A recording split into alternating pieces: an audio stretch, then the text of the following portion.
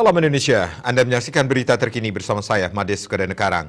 Pemirsa, Bali mulai menjalani PPKM level 3 per Selasa 14 September 2021. Setelah 2 hari melandai, ternyata tambahan kasus COVID-19 dilaporkan Bali kembali balik ke 200-an orang. Korban jiwa akibat COVID-19 juga masih bertambah, bahkan balik lagi ke puluhan orang. Kabar baiknya, pasien sembuh bertambah lebih banyak dari kasus baru.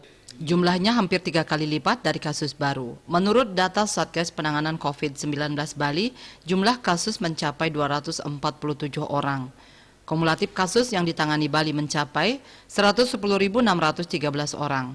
Tambahan korban jiwa COVID-19 mencapai 22 orang, sehingga kumulatifnya mencapai 3.773 orang. Rinciannya 3.767 WNI dan 6 WNA. Pasien sembuh bertambah sebanyak 700 orang. Total pasien sembuh mencapai 103.201 orang.